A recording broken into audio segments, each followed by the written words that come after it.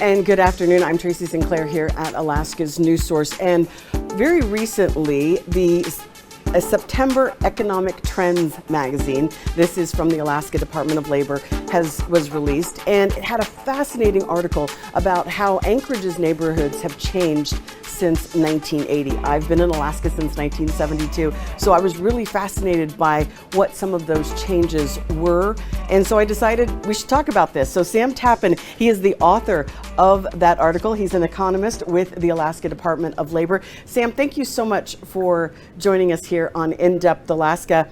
Let's talk just kind of an overview. What were you looking at with this information, and how did you kind of gather everything together?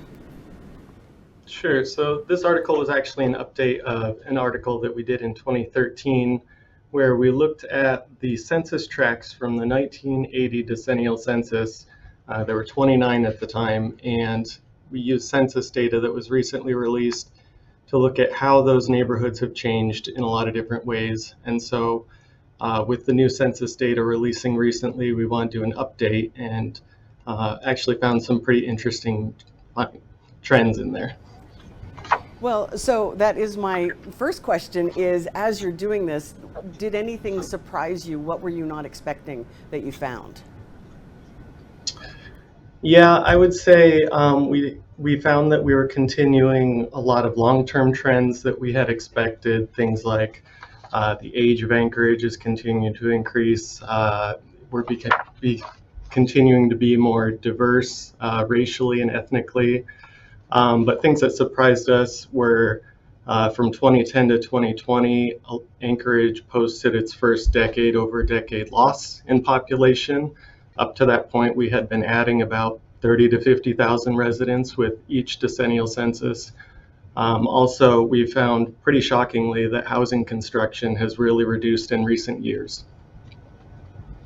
That was fascinating. I was looking at some of those numbers and how I believe we were in, like, for 2 decades near 30,000 new homes, and then a couple decades at 14,000 new homes. And just the first 2 years of this decade, 123 new homes being built. And that really did seem like shocking numbers to me. Right. So anybody that's been in Anchorage long enough knows that in the 80s we had a pretty significant housing construction bubble that popped and caused a long and painful recession. But leading up to that, we were building houses pretty quickly. From in the decades of the 70s and the 80s, we added about 31,000 new units per decade. More recently, from 2010 to 2019, that was about 7,000 new additions in that decade. And as you said, in the years from 2020 to 2022, that fell to almost nothing. Now, obviously, a lot of that was influenced by the COVID pandemic, but we were already pretty far behind in terms of new housing construction, and that really exacerbated the problem.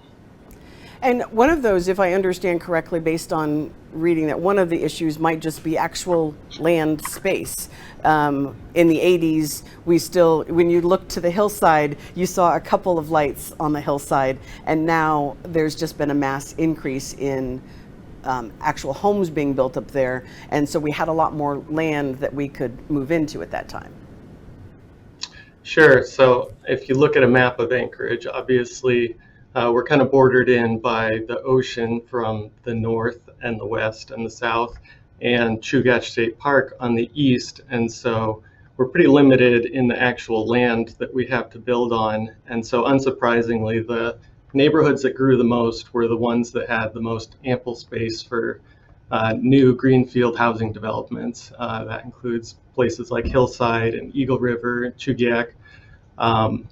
So we found that definitely the construction rates were highest there, and they're all slowing now, but I think Anchorage is just going through some growing pains where we're realizing that we can't keep constructing on these new greenfield areas, and we're going to have to start learning to redevelop old areas and build up.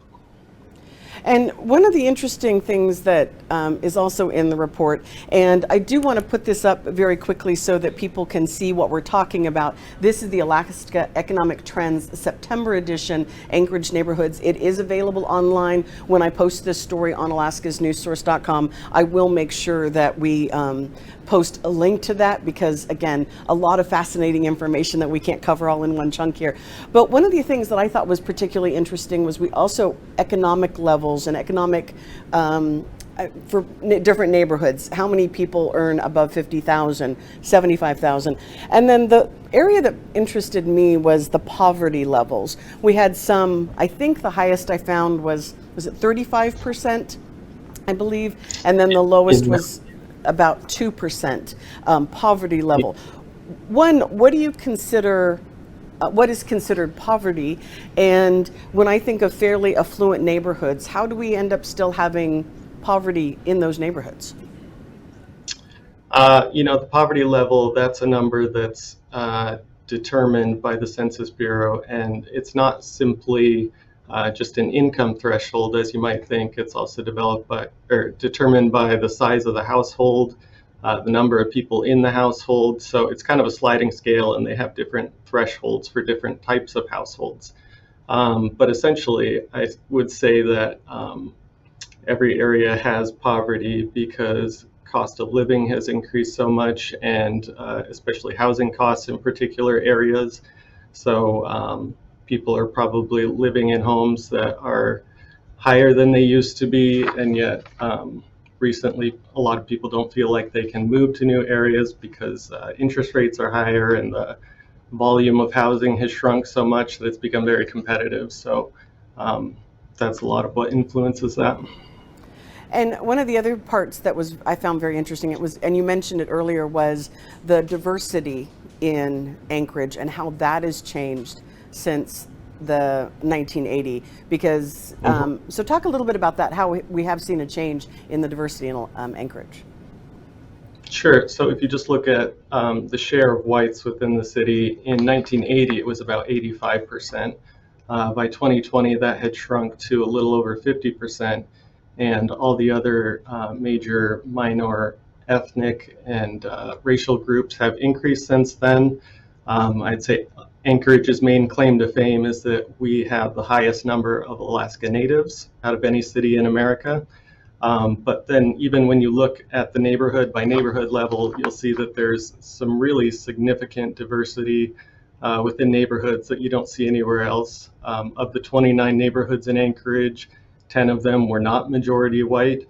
Mountain View specifically stands out. After the last decennial census, it was recognized as the most diverse census tract in America because it had an especially low share of white, and all other minor groups were pretty close to that share. So it received some national attention back then, and it is still pretty similar today.